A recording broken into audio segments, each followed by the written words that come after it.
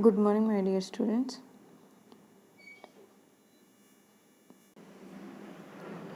మీకు ఇంతకుముందు నేను ఒక వీడియో సెండ్ చేశాను ఇన్సిడెన్స్ ఆఫ్ ట్యాక్స్ సంబంధించి.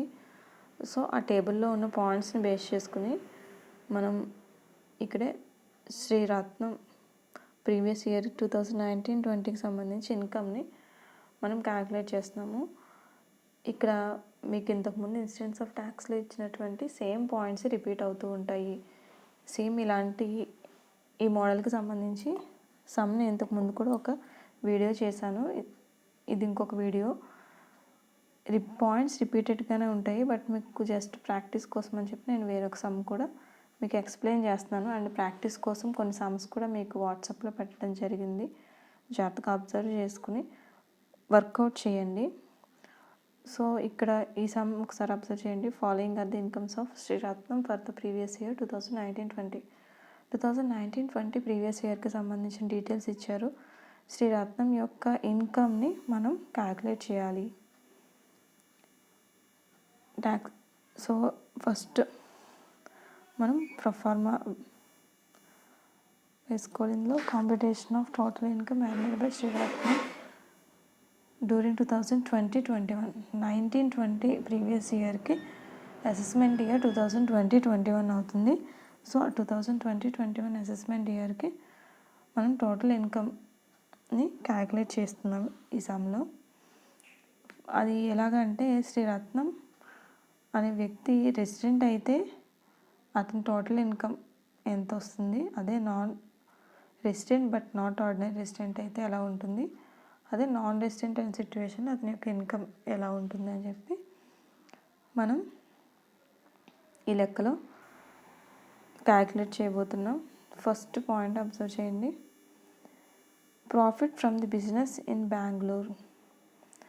బెంగళూరు ఎక్కడ ఉంది? ఇండియాలో ఉంది. So profit from the business in Bengaluru అంటే ఇండియాలోనే ప్రాఫిట్ ఎర్న్ చేయడం జరిగింది. So profit earned in India అయితే ఇది రెసిడెంట్ అయిన నాట్ ఆర్డినరీ రెసిడెంట్ అయిన నాన్ రెసిడెంట్ అయిన ముగ్గురికి కూడా ఈ అమౌంట్ ట్యాక్సిబుల్ అవుతుంది. 10,000 అమౌంట్ ముగ్గురికి కూడా ఇది taxable. Profit from the business in Bengaluru రెసిడెంట్లోనే వేయాలి, రెసిడెంట్ బట్ నాట్ ఆర్డినరీలోనే వేయాలి, అండ్ నాన్ రెసిడెంట్లోనే వేయాలి. ముగ్గురికి కూడా ఇది ట్యాక్సిబుల్ అమౌంట్. ఎందుకనంటే ప్రాఫిట్ అనేది ఎక్కడ ఎర్న్ అయింది? ఇండియాలో ఎర్న్ అయింది కాబట్టి ఇది ముగ్గురికి కూడా ట్యాక్సిబులే.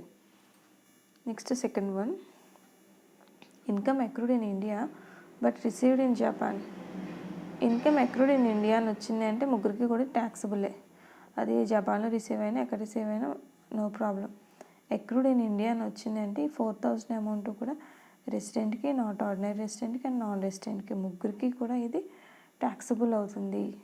సో మూడిట్లోనూ కూడా దీన్ని మనం చూపించాలి. Income accrued in India but received in Japan. ఇది second point. Next third point, profit from business in Canada but received in India. కెనడాలో ప్రాఫిట్ ఎర్న్ అయింది అంటే బిజినెస్ కెనడాలో ఉంది, ప్రాఫిట్స్ కూడా కెనడాలోనే వచ్చాయి, బట్ రిసీవ్డ్ ఇన్ ఇండియా అని వచ్చింది అంటే ఇది ముగ్గురికి కూడా ట్యాక్సిబుల్ అమౌంట్ అవుతుంది. అమౌంట్ 5,000.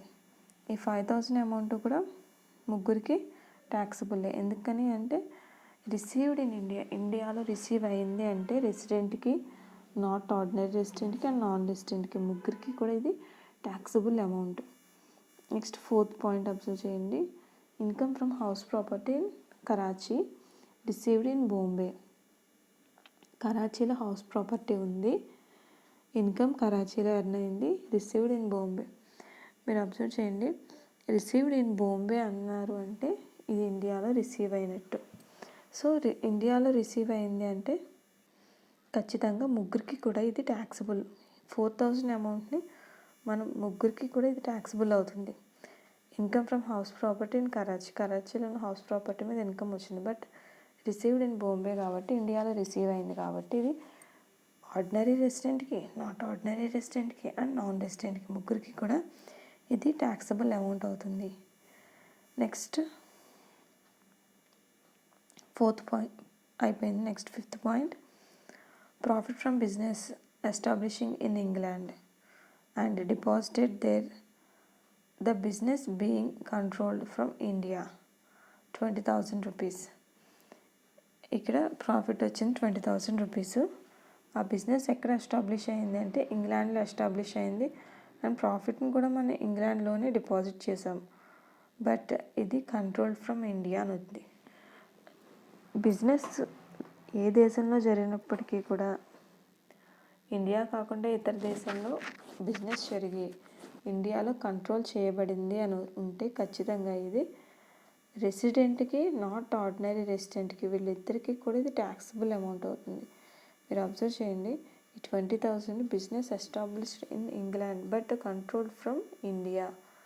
ఇండియాలో కంట్రోల్ అయింది అంటే రెసిడెంట్కి, నాట్ ఆర్డినరీ రెసిడెంట్కి ఇద్దరికీ కూడా ఇది ట్యాక్సిబుల్ అమౌంట్. బట్ నాన్ రెసిడెంట్కి మాత్రం ఇది ట్యాక్సిబుల్ కాదు. సో అందులో మనం డాష్ పెట్టుకోవాలి. Next 6th point, income from house property in America. అమెరికాలో ఉంది ఇన్కమ్ హౌస్ ప్రాపర్టీ. సో అమెరికాలోనే ఎర్న్ అయింది. డిపాజిటెడ్ అక్కడే డిపాజిట్ చేసాం. ఎంత అమౌంట్ అంటే 2,000 amount. So 6th point, income from house property in America and deposited there. అక్కడే ఉంది ప్రాపర్టీ అంటే అక్కడే డిపాజిట్ చేస్తాయి. ఈ 2,000 అమౌంట్ కూడా ఎవరెవరికి ట్యాక్సిబుల్ అవుతుందంటే ఓన్లీ ఆర్డినరీ రెసిడెంట్కి మాత్రమే ట్యాక్సిబుల్. నాట్ ఆర్డినరీ రెసిడెంట్కి, నాన్ రెసిడెంట్కి ఇద్దరికీ కూడా ఇది ట్యాక్సిబుల్ అమౌంట్ కాదు. ఎందుకని అంటే ఇది పూర్తిగా ఫారెన్ ఇన్కమ్. ఇండియాలో రిసీవ్ అవ్వలేదు, ఇండియాలో ఇది ఎర్న్ చేయబడలేదు. సో ఇది పూర్తిగా ఫారెన్ ఇన్కమ్ కాబట్టి ఇది ఓన్లీ ఆర్డినరీ రెసిడెంట్కి మాత్రమే taxable. Remaining not ordinary and non resident ఇద్దరికి కూడా ఇది ట్యాక్సబుల్ అమౌంట్ కాదు. And last point, past untaxed income brought in to India during the previous year 10,000. Past untaxed income అన్నారు అంటే దీని అర్థం ఏంటి అంటే ప్రీవియస్ ఇయర్లో ఇది ఎర్న్ చేయబడలేదు. Past untaxed income brought in to India in previous year అంటే ఇది అసలు ప్రీవియస్ ఇయర్లో ఎర్న్ చేసింది కాదు. అవి ఆ ప్రీవియస్ ఇయర్కి ముందు ఉండేటువంటి ఇయర్స్లో ఎర్న్ చేయబడింది. సో ఇది ప్రీవియస్ ఇయర్కి సంబంధించింది కాదు కాబట్టి అసెస్మెంట్ ఇయర్లోకి రాదు.